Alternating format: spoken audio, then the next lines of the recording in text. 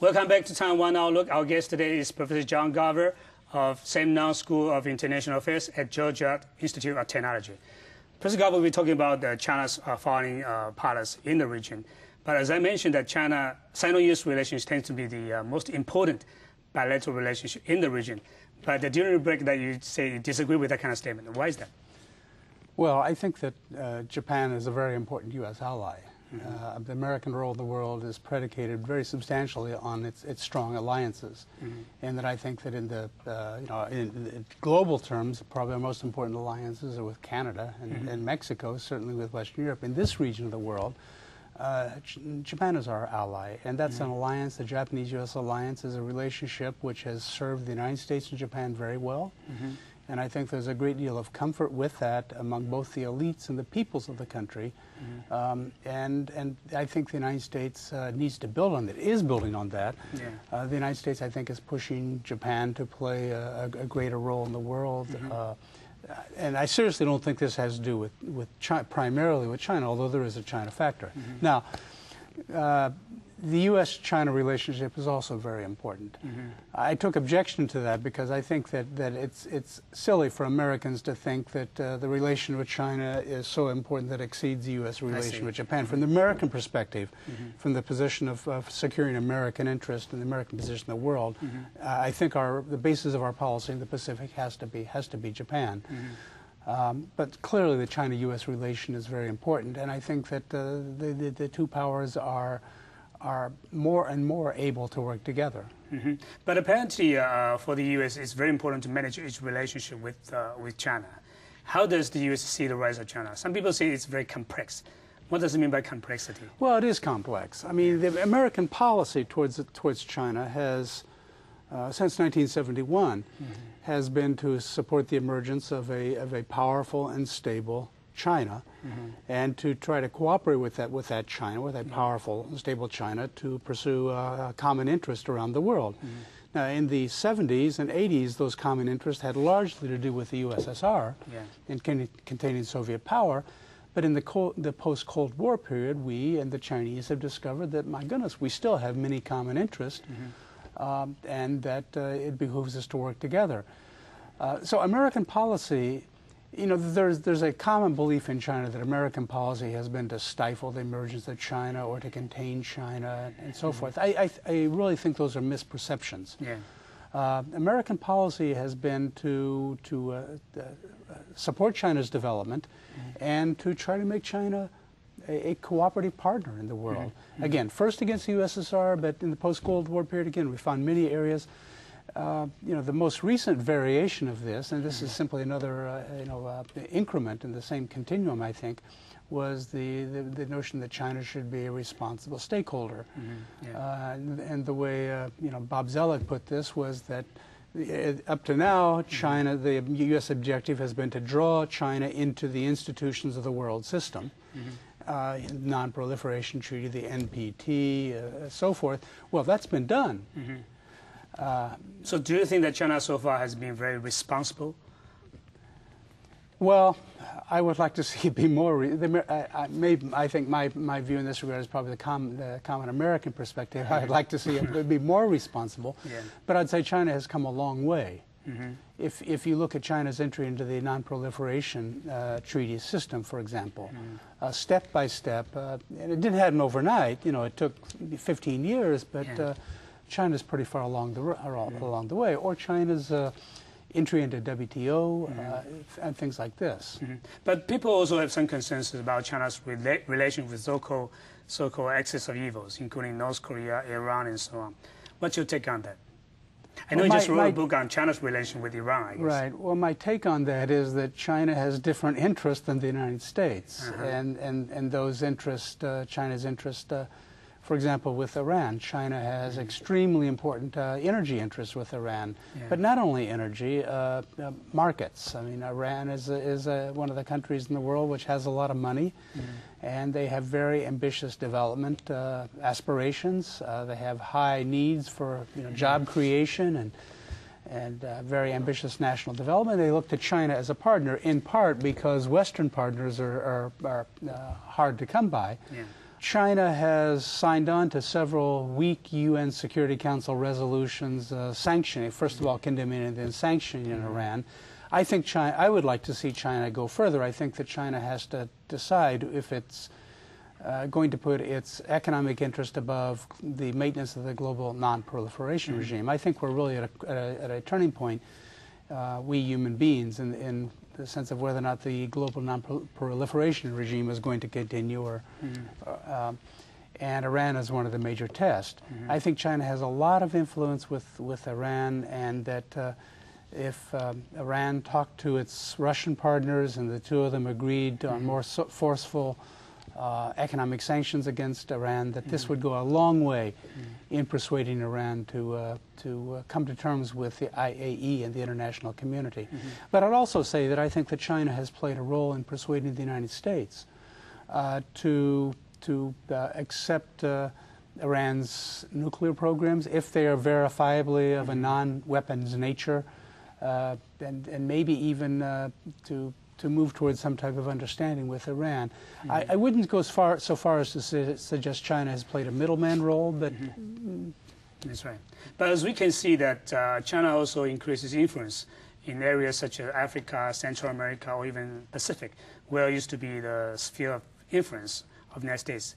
How does the U.S. see that kind of increasing influence of China in those regions? Well, I wouldn't call the United States a U.S. I'm sorry, I wouldn't call Africa a U.S. sphere of influence. Central America and Pacific. Yeah, Central America and Latin America, certainly. But, well, I think that's quite normal. I don't, for example, China's resource diplomacy in Africa, even Latin America, I think that's entirely normal. I mean, China needs these resources. It's you know, it's seeking them out and buying them. I don't see anything wrong with that. Would that be a zero-sum? No, I don't think so. I mean, Chinese investment in Africa is still a small portion of total investment.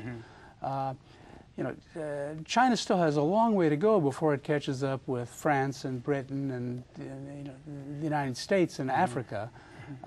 It's getting there, but you know, I don't think the Chinese are going to take over the world. I don't think they're going to take over Africa. They need raw materials, they need energy, and they're going where it's available. But there's not a lot of oil available in the Middle East these days for the taking. I mean, the United States and the Europeans have that pretty much locked up. So the oil available is in places like Africa. But accurate or not, you know, a new term has been coined, you know, neo-colonialism in Africa, you know, with regard to China's expansion in that region. What's your view on that? You know, neo-colonialism of China's influence in the region. First of all, China is not a colonial power. The days of colonies are past, right? China, on the other hand, China is a rich country, and it's a very ambitious country, and pursues its interests very effectively. It is able to define its interests and pursue them with great effect. And so when Chinese leaders come into Africa, they come with often with, you know, generous aid programs and infrastructure development programs and cultural exchanges, educational exchanges, and you know, China is the new kid on the block, and I think that there may be a reaction. There is already in Kenya. There was a reaction. So I suspect that, you know, China will learn the ropes just like the other powers did. You know, but from the standpoint of Africa's perspective, a lot of African countries have gotten tired of hearing, you know, what sounds like morally superior rhetoric from the United States and France and Britain. So it's nice to talk to some non-white folk that don't presume they know how to run all countries in the world. That's right. But as you mentioned that in the Cold War period, the primary target for the U.S.-Japan alliance is Russia, and also the USSR and China. But now with the disappearing of the USSR and Russia, how do you see the China-Sino-Russian relationship from the American perspective? Well, it's a multi-layered relationship, which is complex. I mean, that's they came together initially on the basis of arms sales and border issues and a recognition of a common interest in Central Asia in limiting the growth of Islamic militancy, and They proceeded then to discover common views about the U.S. unipolarity and the need for a balanced world situation. And all of that still continues. You know, it gives both Moscow and Beijing comfort, I think, to have another permanent member of the Security Council that isn't, you know, always in the U.S. tow. But on the other hand, people, especially in the Russian Far East, there's a deep apprehension about you know, the future of that region. Russia is one of the few big countries in the world which is undergoing a negative decline in population. The public health catastrophes, suicide, alcoholism, tuberculosis, imprisonment, all of that. The exodus of Russians, ethnic Russians from the Far East. So you have a declining Russian population, and especially a declining Russian Far Eastern population. On the other hand, people in the Russian Far East know that if they want economic development, well, those guys over in China are the way to go. Because people in Heilongjiang and Jilin and Liaoning, they've got the money, they've got the connections, they can come in and set up factories and export the goods. So if they want development, which they do, and job creation and wealth, well, that means the Chinese. On the other hand, you know, the three provinces of the Northeast have, what, 125 million, and I believe there's 12 million Russians east of Lake Baikal, so you have this fundamental asymmetry. And also, you know, that region of the world was not, became part of Russia only in 1858 and 1860, a point which not too long ago Chinese governments under Mao Zedong pointed out and made Russians very uneasy about. So this is part of the collective memory too. So that's why I say it's a complex relationship. You know, but let me also say that, you mentioned reassurance of the neighbors before. I think that Chinese handling of the relationship with Russia has been very astute.